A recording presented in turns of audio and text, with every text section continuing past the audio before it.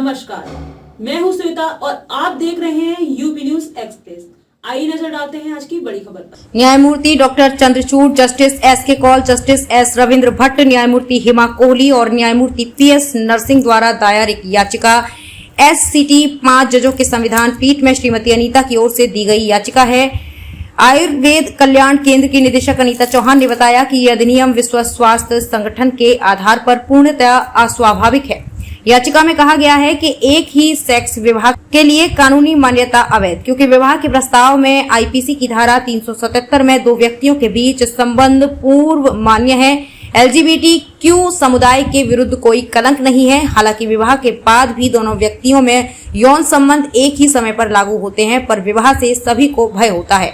अतः विवाह के अनुपात में कमी भी इसी कारण से होती है। डॉक्टर सिंह ने याचिका में कहा था कि एक ही लिंग विवाह भारतीय परिवार और समाज को नष्ट करने का हथियार है। एक ही लिंग विवाह को देश में लागू नहीं किया जा सकता, क्योंकि विवाह सभी धर्म, जाति और धर्म की एक ही भारतीय समाज में संस्कार या पवित्र माना जाता है।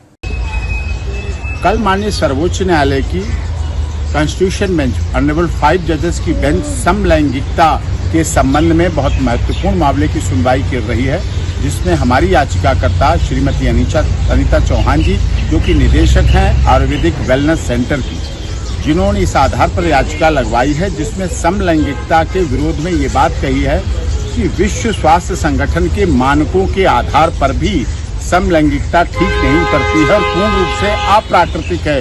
जो अप्राकृतिक है उसे प्राकृतिक कैसे बना लेंगे। इसके अलावा भारतीय संसद द्वारा बनाए गए कानून, Hindu Marriage Act, Hindu Special Marriage Act, विदेशी Marriage Act, Special Marriage Act का भी कोई प्रावधान नहीं रह जाएगा जब समलैंगिकता के द्वारा ही होगा।